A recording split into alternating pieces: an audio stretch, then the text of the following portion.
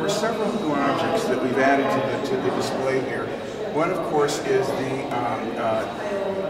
image of York, who was actually the mascot of the 9th New York Hawkins Zouaves. He is described as being a young Negro boy, probably, most certainly an escaped, a fugitive slave, an escaped slave. But he became so proficient at doing the drills that they actually had him instructing the men as to how to properly do them. And much of this that you see here, the jacket, the gaiters, the shoes, everything, there are some reconstructed pieces, but basically that's his uniform. Then, of course, here we have, these are the property of Randolph Bootler, whose descendants actually came to our reunion, which is terrific. This is a very nice, very good quality Schutzen rifle, which is like a target rifle. That's not surprising to find those in service because the 20th New York was also called the Turner Regiment, and that was a shooting, based on a shooting club and also a gymnastics club. But here we have the whole kit. You've got the rifle, you've got his wrist reinforcer, cap and powder pouches, a tourniquet, his lieutenant bars, his Turner pin, by the way, which is there.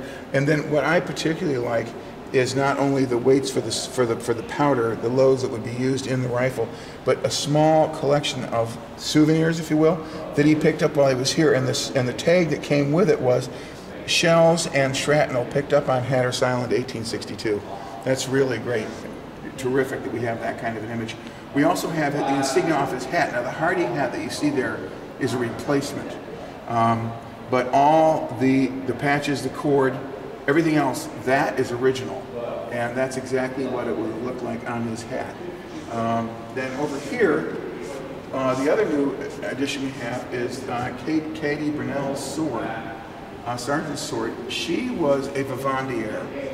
Now, vivandières traditionally were there to supply the troops with water, refreshment, more or less as a morale booster. And they actually had very elaborate uniforms along with the troops themselves. You can see part of Kady's uniform here, but she was extraordinary in that she not only did that, but she was also a heroine at the Battle of New Bern.